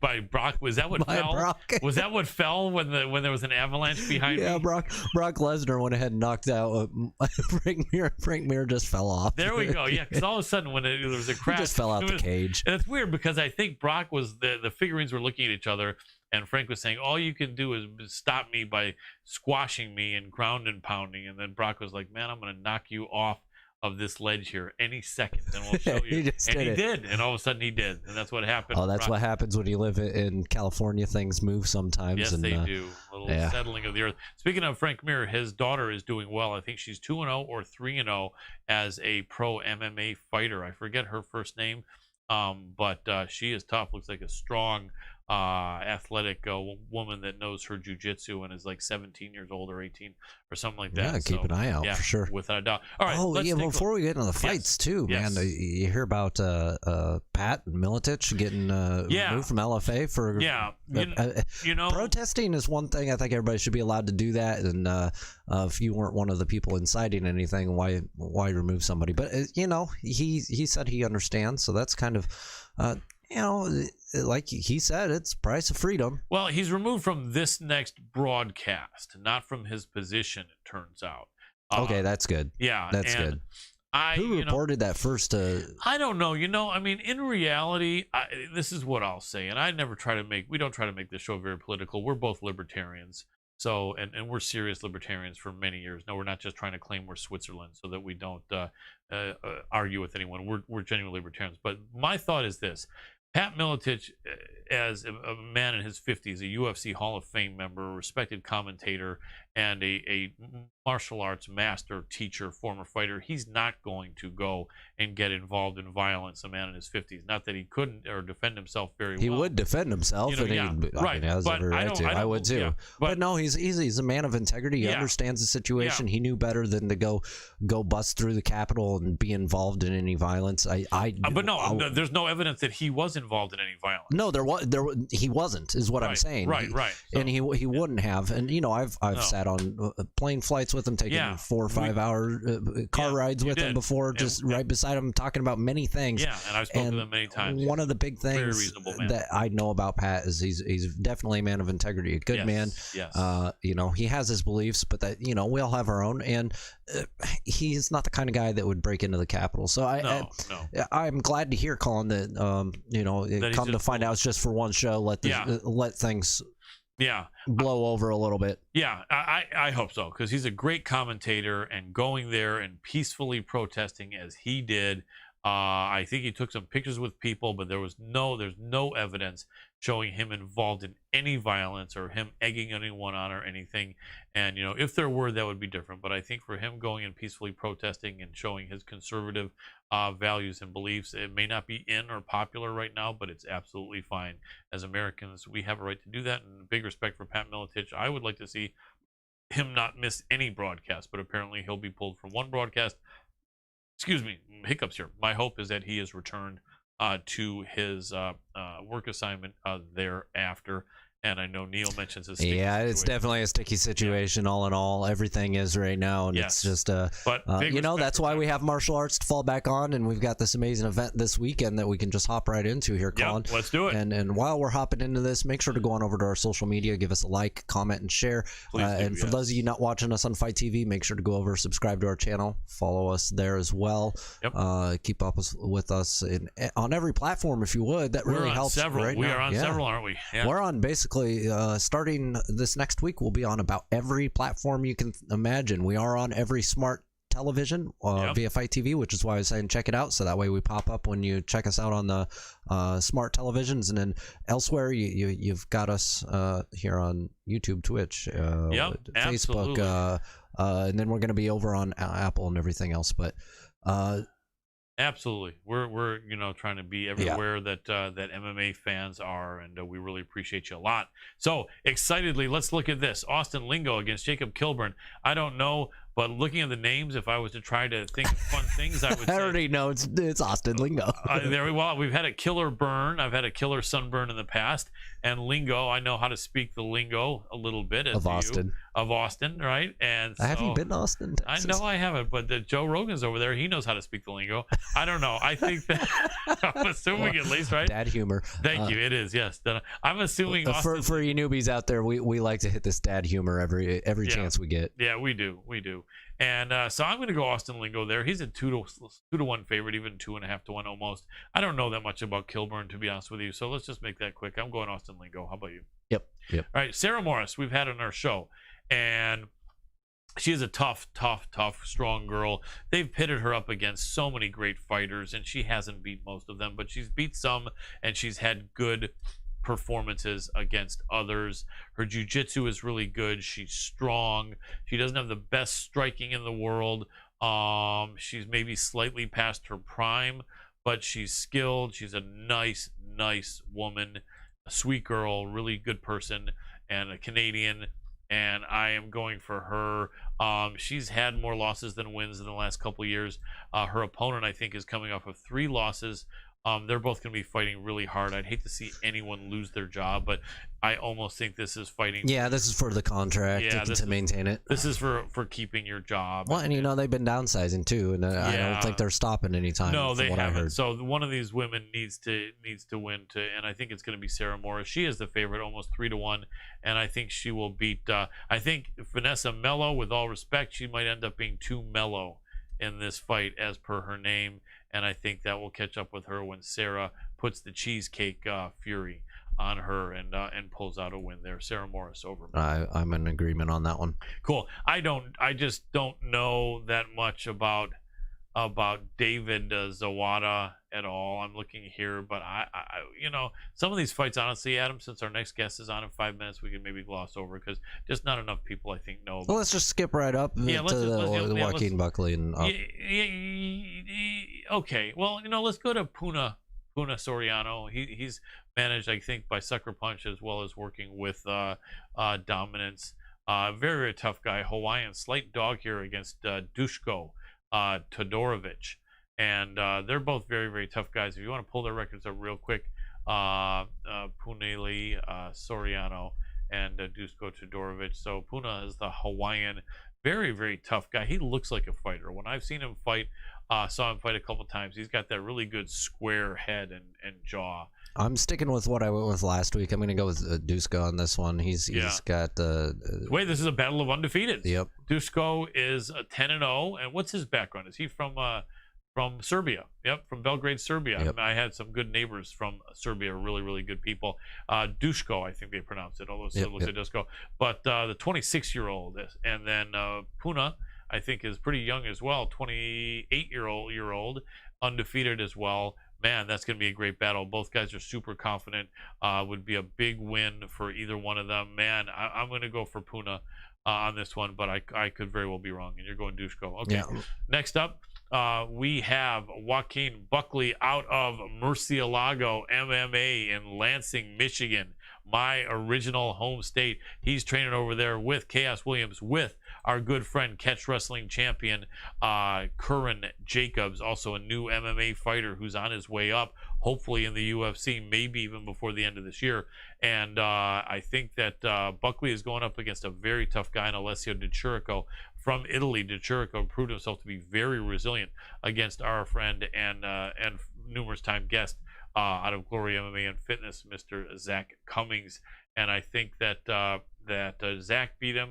I think Joaquin will beat him too. Joaquin's got to be careful. Try to keep this fight on the feet. If he does, I think he will light up Di Chirico. But Di Chirico's got a good chin as a tough guy, and Buckley may want to watch out for the grappling in this matchup. And I got Joaquin Buckley, who is nearly a 3-1 favorite. What do you think, Doc? Yeah, I've got Joaquin Buckley. Yeah, absolutely. Murcielago MMA, check them out. They're making things happen. Chaos Williams also barely lost that fight against Michelle Pereira, I think it was. And that could have gone either way. Anyway, Santiago absolutely destroyed people in 2017 and 2018. He's had a good long rest, various injuries and other issues. Coming back here, they're making him right off the bat a 3-1 favorite over the Leech Li Jinglong, who is one of Wei Li Zhang's favorite fighter, fellow countryman of hers. He was looking really good, and he just got dismantled by Neil Magny. But Neil Magny, in the last year and a half, like I told him directly at one of the press conferences, he's really been looking like Neil Magny 2.0 for about the last year and a half or two. And he did definitely dismantle the Leech, who hung in there but just got outworked. On the flip side, Ponzinibbio stopped Neil Magny, but I think that was really before Neil Magny kind of turned into Neil Magny 2.0. So, man, I don't know. I know this is an important fight. I know Ponzinibbio's got ring rust, which apparently is a real thing, unless you ask Dominic Cruz, who says it's not a real thing. Man, I really good fighters. Li Jinglong is going to be fighting with a lot of pride to make up for that last performance where he disappointed a lot of people as a favorite.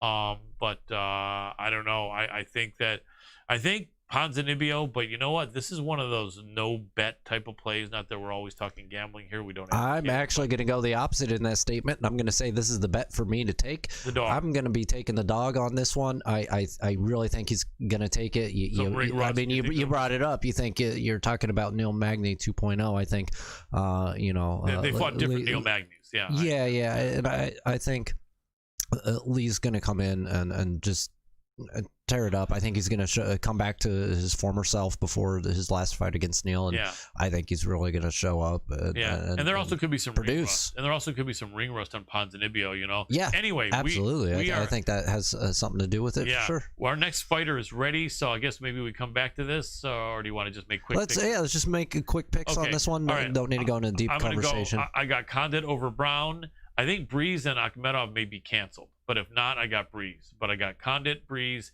and then Max Holloway. Oh, real quick. I got Brown, Breeze, and Cater. Ah, nice. Going against in almost all the ones except for the one that's probably canceled, which is Breeze. Not sure. Well, that means we would be going against 2 and 2. Anyway. No, I want to see Matt Brown win. I will he? I don't know, but he showed up last time. So yeah, well, the time before last. Time before, sorry. Yeah, yep. the last time he got caught. But anyway, it's gonna be a good fight. 2 great veterans there, which they would have fought 5 or 10 years ago, but it still will be fun. Anyway, let's get rocking for our third and final exciting UFC fighter guest. Alrighty, let's go into that Skype dance.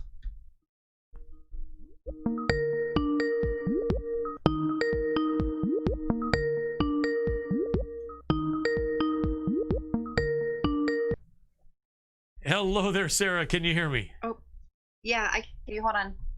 Excellent. Hear me?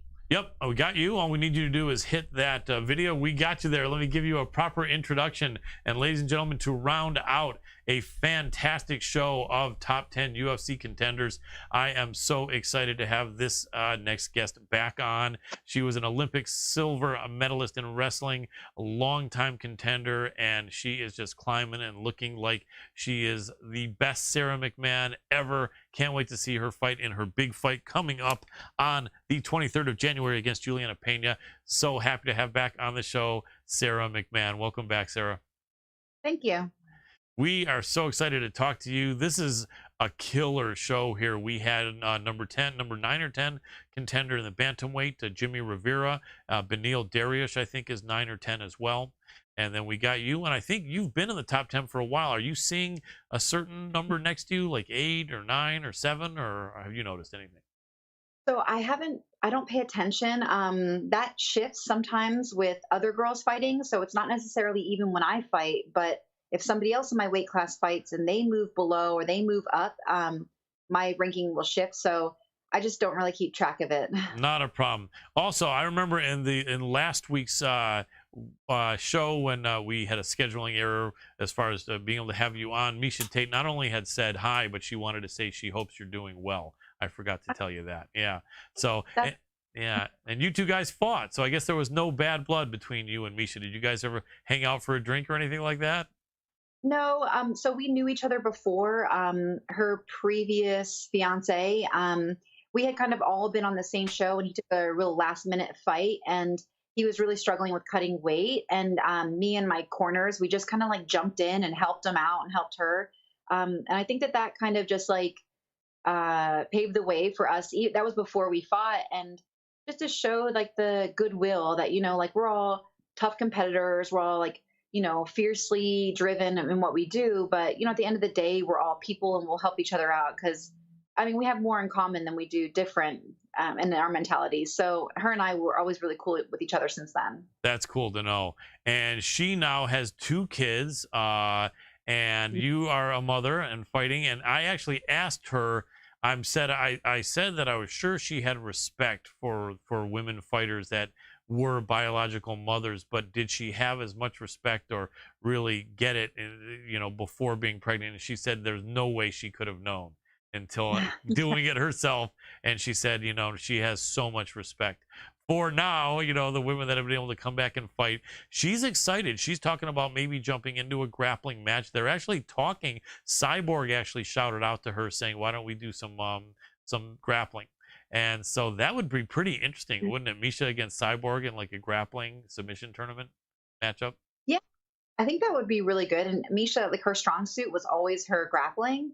She had like I think an original wrestling base when she was younger. Yep. So, I think that she'd still be competitive with that. And she seems to stay very fit. So I was really surprised that when she stopped fighting, that she stopped everything altogether. I wouldn't have been surprised if she had done this earlier, but I know that, you know, like she was really focused on building her career outside of that. So it kind of made sense to me, but she was younger, you know, so I thought she really did still have a lot of years left in her. Yeah, and she still thinks she might. She's an executive over there at One Championship, and they've got so many great people there, and she's really getting into it and a great representative. But yeah, she's saying maybe grappling and maybe even fighting down the line. It would be cool to see a comeback. But let's talk about you. You have this great fight that I think was originally supposed to be a few weeks ago, wasn't it, with Juliana? Yeah. So it was originally scheduled for the December 19th card.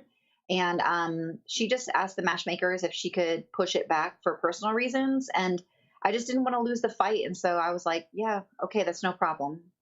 That's cool. Does something like that really piss you off? You seem to be a pretty easygoing person, but is Well, that something, or if you care to share what your thoughts were on that? I think that in the fighting game, whether you accept a fight on short notice or opponents change because of injury or whatever, I think it's better to have like a very adaptable kind of attitude, because you never know whether really good things could come up and be great opportunities. So if you kind of get set in the rigid mindset, like, okay, I'm fighting on this date and I'm fighting this person. Mhm. And she had done it early enough out that I really hadn't started like a serious camp. Like I hadn't really started like pushing my body and gearing it for a specific date. Mhm. So I was like, that's I can delay it a couple weeks to still keep a really really good fight. I mean, she's a very like explosive, and she's a game fighter, and I just think the matchup's really really good as far as being an exciting fight. Um, and I didn't want to lose that. Absolutely. Did this allow you to have a little bit of a Christmas dinner, or not really? So no, because I really, especially being older, Yep. when I was younger, maybe I would like eat a little bit unhealthy or closer to it or whatever. But like since I've gotten older, like I don't cut any corners at all. Like there's been chocolates around my house of people giving us gifts, and I'm like, nope, like not any of it. And Nice. I think part of it is physically, but there's a mentality of making deeper sacrifices for your sport, and for me, it comes out in my performance. Yeah, absolutely. And you've had that discipline for many, many years in wrestling and everything. And, I was just thinking about that. I was thinking that, like, a lot of people, as they get older, like in their 50s or in their 60s, or Mhm. even some in their 40s, just literally start letting it go because their metabolism slows, and they're just basically saying, hey, you know what, I'm not going to eat any different than I did in my 20s and 30s, and I'm going to have to just be that fat guy or girl who's 45 or 50, and that's the best I can do, right? And I believe that people like yourself, who just like were in the Olympics, and such discipline that you've been able to tap into, I have a feeling that even if at 50 or 60 years old you let it go a little bit, I have a feeling you'd be able to tap into that discipline and make it happen, even if it meant dragging your 60-year-old self, into the gym and eating with discipline. Don't you think? Yeah, and so I think that for me, it's always been easier to not get out of shape. Obviously, being pregnant, it's not that I'm out of shape, but that's after delivering a baby, like you have to take mandatory time of recovery. But I really try to just stay in shape year round, not in like peak fight camp because that's not Right, possible. right, right. But stay in pretty good shape, and part of it is vanity. Like Yeah. I've been an athlete my whole life, and so I'm just used to that, and I don't like it when I don't feel good. I don't feel good about myself, so I like to stay like a leaner, not perfect, but leaner. Yeah. Also, like I look at different people. Like there are people who in their 40s and 50s drop off, but if you look at marathon runners actually do better in later years. Oh, They're wow. on performing better in their 40s and 50s than they did, earlier. And so I look at that, and then I also look at there's a woman who was the first person to ever. She's 63 years old, and it was on her third attempt. She's the only person so far, I believe, when I read it, was she swam from Cuba to China, or Cuba to Florida. Oh, wow. Wow. Yeah, That's a good long like swim. 63 years old. So I was Man. like, Yep. That's if she can do that, yep. I mean, you can stay in shape. You can do that. Yeah. There's people here that are just doing phenomenal stuff at an older age, and so that means that you can also do that. Yeah, without a doubt, and that's a good thing you have. That's that discipline and that mindset and an upbeat mindset. Do you have a daughter or a son? So I have both. I have a little girl that's 11 years old, and then I have a 2-year-old. Oh, wow. Yep. And that's awesome. I didn't know that. So the daughter's 11 and the son is 2. Yep. What would you think if either one of them wanted to be fighters, and would you feel differently depending which one it was? So my little girl adores gymnastics, so I don't really think that she would. And I think that I think I'd be okay if she did, just because she is very disciplined and she's very methodical. Um, she would fight in the absolutely most intelligent way possible. So Nice. kind of strange. I'm a little more okay with it. Even my son at 2, he's a little more reckless. Right. He's a little more. I mean, like he even like he might end up wanting to do striking more than wrestling Interesting. and grappling. I know. I mean, he'll throw hands. I'm like, we have to like fight that. It was a very early on instinct of him if he was angry, and so we're constantly battling that. And I just feel like he might be a little bit more reckless, and so I would just worry more about like the brain damage and stuff like that, like things that can happen. If you're a smart fighter, you don't get hit in the head as much. Yep. If you're a reckless fighter, you end up taking a lot of damage. So I'm strange. I'm the opposite. I would be a little more comfortable with my girl and not as comfortable with my little boy. I gotcha. I gotcha. Definitely, definitely understand that opinion. And speaking about taking damage, that's one thing I was thinking when looking at your career, and I followed you from the beginning, is you really haven't taken a whole ton of damage. And I think that sometimes a fighter's age can reflect in that way. Like if someone's 35, but they've been a pro for 13 years, and they've just been in war after war and been knocked out after knocked out after knocked out, then they definitely would be in, I think, much less a good position than you at 40, who really has, you've been the hammer much more than the nail. And right, and on the case that you've been the nail, you haven't been that nail that much, that long. It also reflects my practice room decisions. So I either don't go with people who can't control themselves, or when I'm sparring with people, because I mean, I was a beginner too. I definitely had to take my lumps, but it was people who cared about me. They cared about my career, and I cared about them. So when we'd hit each other, like you can land a punch solid where it kind of disrupts a person's motion, and it actually makes them a little stop in their tracks without laying into them and snapping their head back, or like you don't have to hit anybody hard if you choose not to. I mean, so I pick my partners wisely, and if somebody else is out of control, I just said, you know what, if you can control yourself, I'm not going with you, because I train predominantly more with guys. Yeah. And look, I'm never gonna fight guys. Okay, No, like no. the difference, and if you're gonna do more damage to me than I would, get in my fights, if the girl hit me at full force, like no, I'll never last in this sport. So I was really fortunate to have like a little pocket of partners that were just phenomenal, and they helped me, like they showed me the right way to do it. Absolutely, and that's very important. Are you still over at Team Alpha Male? No, I don't train there anymore. I train with Precision Jiu-Jitsu. So I have my own school now, and so I have Jiu-Jitsu, and me and 2 other coaches, Jake Elliott and Brandon Benvenuti. We run the wrestling program, and so we're kind of like looking to add a good striking coach to the mix, because I work privately right now with a guy from Alpha Male named Adam Corrigan. So Mhm. it's kind of running that and putting that together so I can be in those same practices. So I'm not getting like too overwhelmed. I like So that. Where are you yeah. based? So it's in Citrus Heights. That's where so it's like 20 minutes north of Sacramento. Very cool. And you've been there since you were with Alpha Male for what, a year and a half or 2 or something?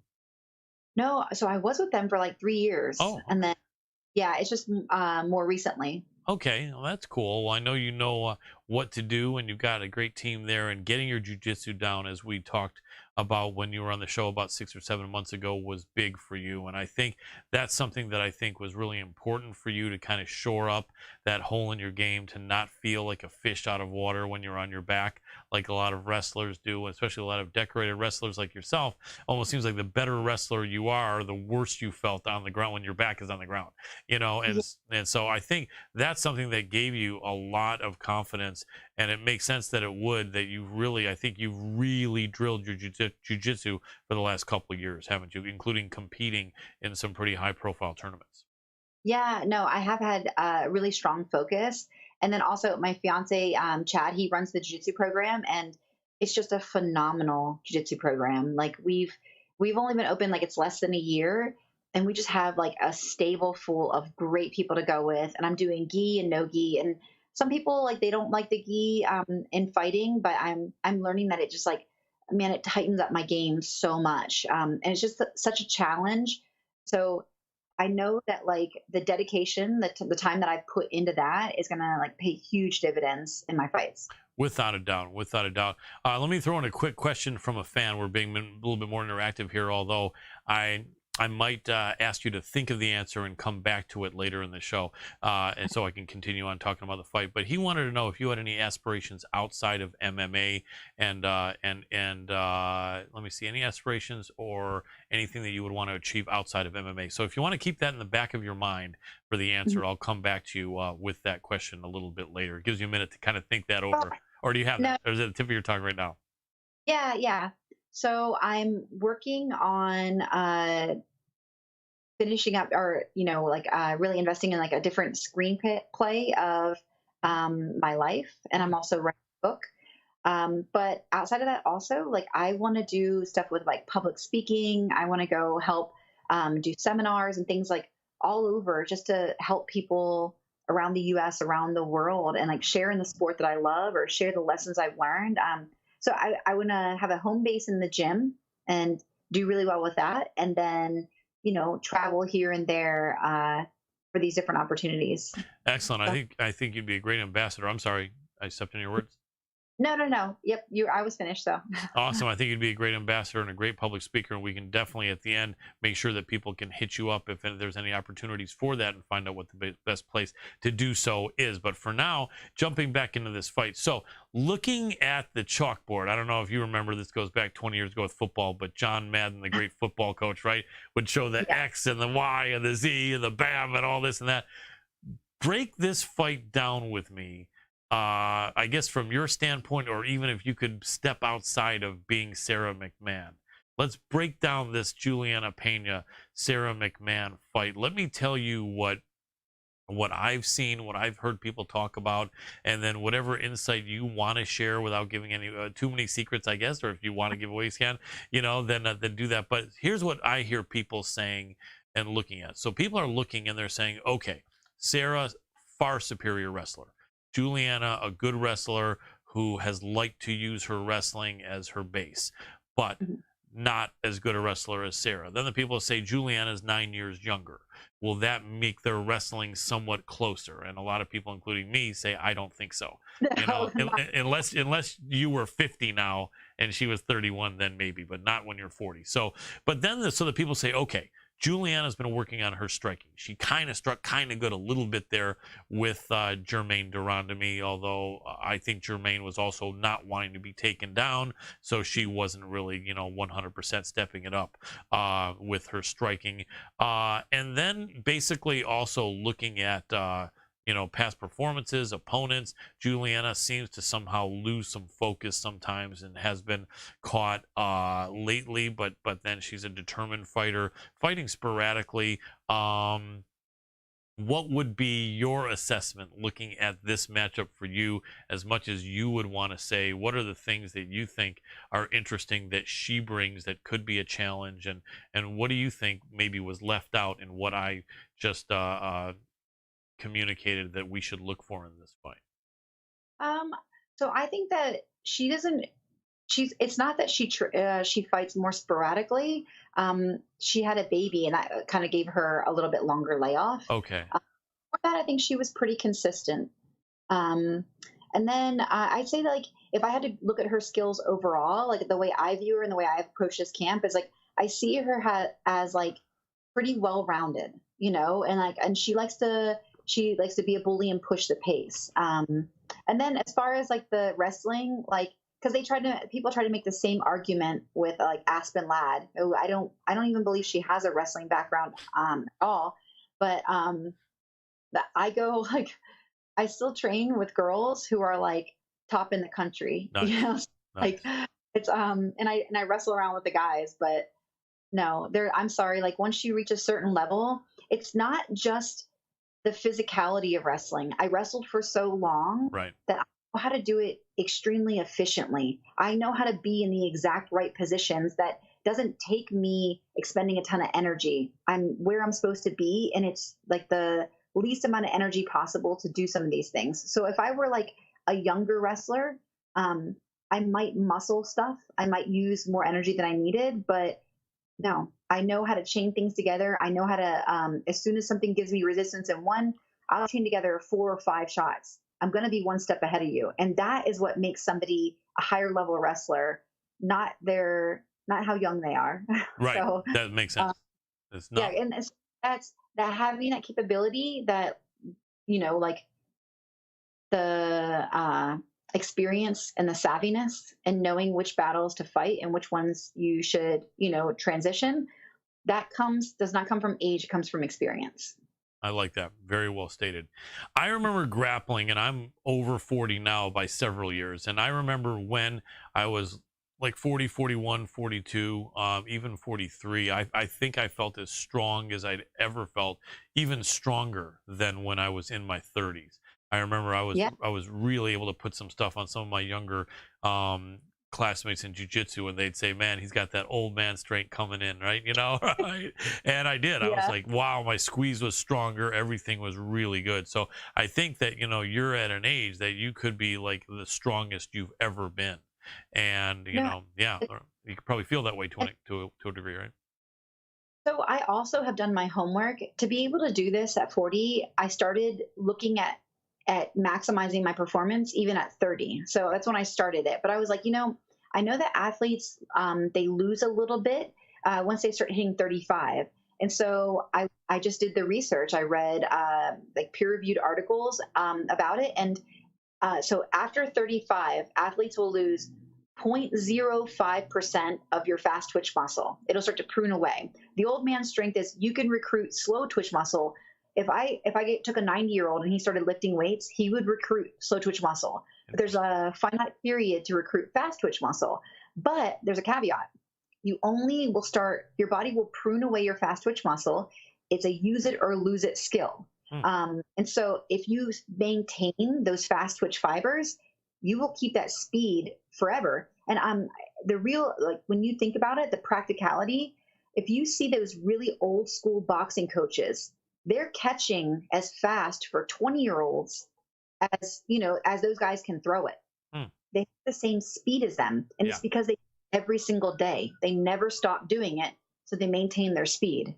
But if they stopped and just quit doing it, they would not be able to jump back in and do it. Whereas a 20-year-old, if they stopped for a year because of, whatever, they could jump back in and their body would recruit the fast twitch muscle again. So I stay on top of things. Absolutely. It's interesting, and really appreciate you sharing that knowledge and information, because I think a majority of not professional fighters don't know that, and probably some professional fighters also don't know that. So I really appreciate that. It's good insight. It's important to know. Knowledge is power, isn't it? No, so you have to know. Okay, so like one of my favorite quotes too is Bruce Lee, and he said, "To change with change is to remain changeless." I'm not denying that my body has gotten older, but I can adapt things and I can change to keep my performance as high level as it possibly can be. Yeah, absolutely. It makes a lot of sense. Comment by one of our fans, Neil, the security guy, said that you always look in great condition. And, one of the things that I think is some people don't know, like a lot of people when they're like 22 or 21 or 23, if you have great genetics, you can look like really solid and shredded and muscular. But a lot of times the repetition of doing something, like someone at 30 can look way stronger and more shredded than someone at 20 because of having done something so hard like grappling. Your body starts to just kind of like, chisel into something really good from all the work you put in.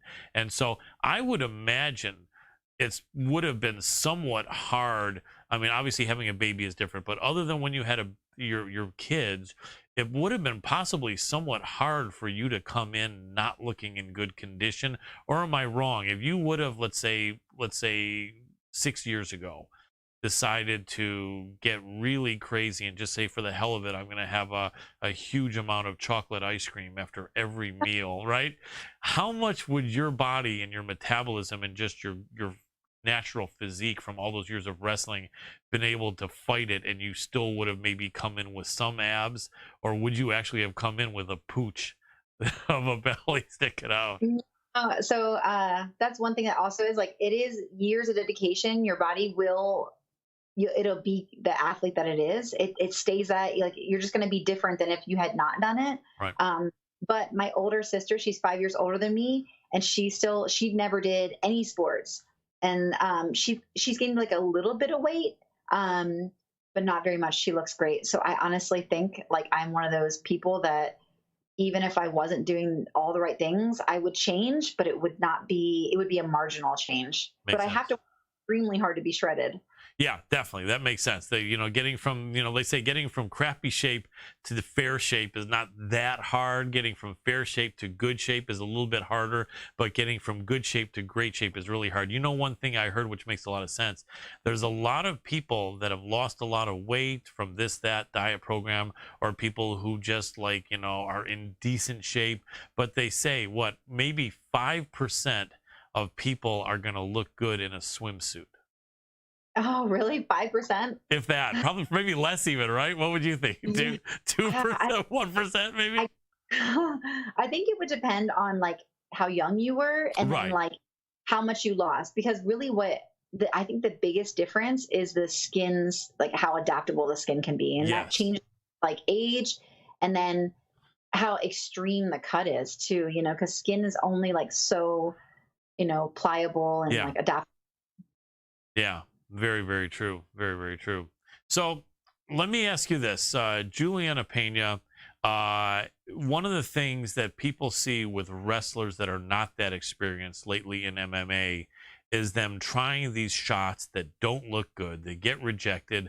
The other person's leaning with their back against the fence with their legs spread, and the wrestler is trying to get their leg, and every time they grab a single, the person shifts their weight to the other leg. And people are saying, come on, get him down, get her down, come on. And it doesn't happen. And you're like, just frustrating if people are wanting to see some groundwork. Now, obviously the striking takes a part in it, but I mean, like, do you have some confidence that you will be able to not have people being frustrated while you're struggling to take her down? Or I know you can't predict the future, but I would think you should have some success if you want to take this girl down. What do you think? Yeah. So like I spent 15 years in a sport where your only job was taking people down. And I think maybe I've had one fight of all of my fights that I wasn't able to take the person down, like right. ever. So yeah. Even if so that's what I was saying before too. Like, even if I have to chain several techniques together, like if I wanted to go to the ground, I'm smart about how I come in, and it's kind of like more on the dog on a bone kind of mentality. I'll find the way that you're not supported. I'll find the weak spot. I'll find, where I need to shift my body to finish it. So, if I back out right away, maybe I was like faking the shot to use something else, or if I just, maybe she changed the distance or something like that. So I'll either be in and finishing, or I'll like reassess and use it to set up something else. Excellent. And you have practiced your striking. Do you ever feel like wanting to try out new toys, like your striking, and see how good it is? I imagine you have to. You can't just immediately shoot in. So I'd imagine you're planning on throwing some hands here, right? Well, the best way to set up a takedown, and that's something I learned from years of wrestling. If I could punch face before I took them down, I would have gotten a lot more takedowns. So softening someone up a little bit it makes it way easier to get to their legs.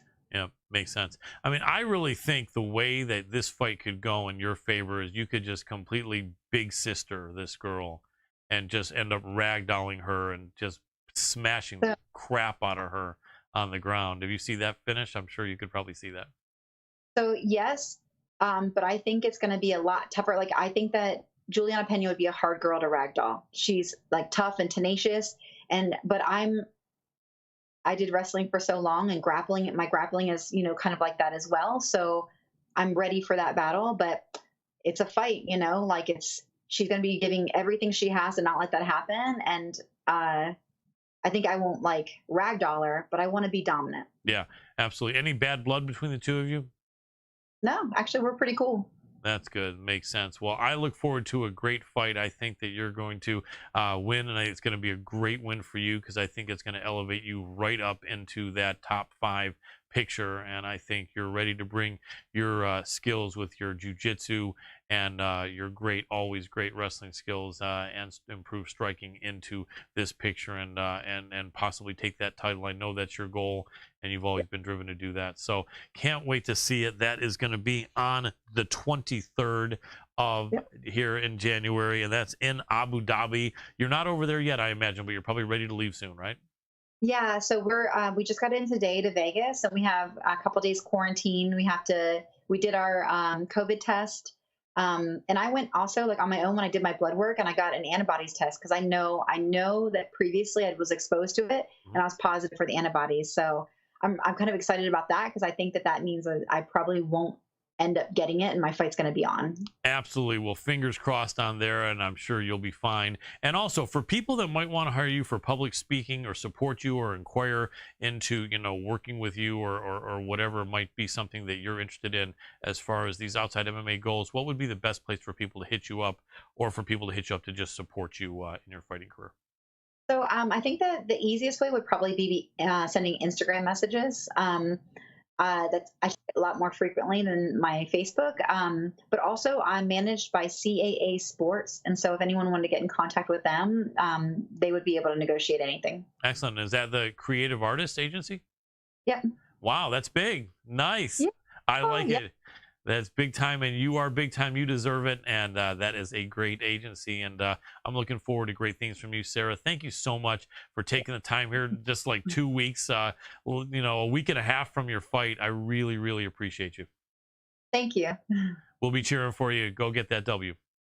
I appreciate it. I will. Have a great night. You too. Thanks. Bye-bye.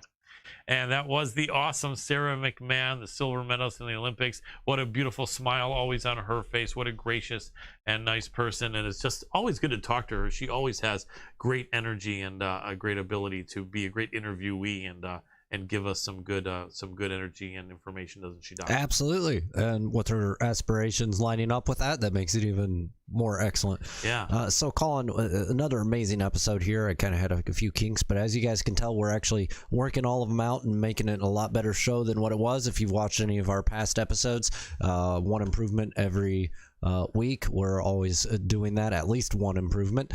So make sure to show your support. Head on over to social media. It's over at MMA Power Hour, or you see the /MMA Power Hour on Twitter, Facebook, Instagram. We are trying to get out on other platforms as well as far as social media goes.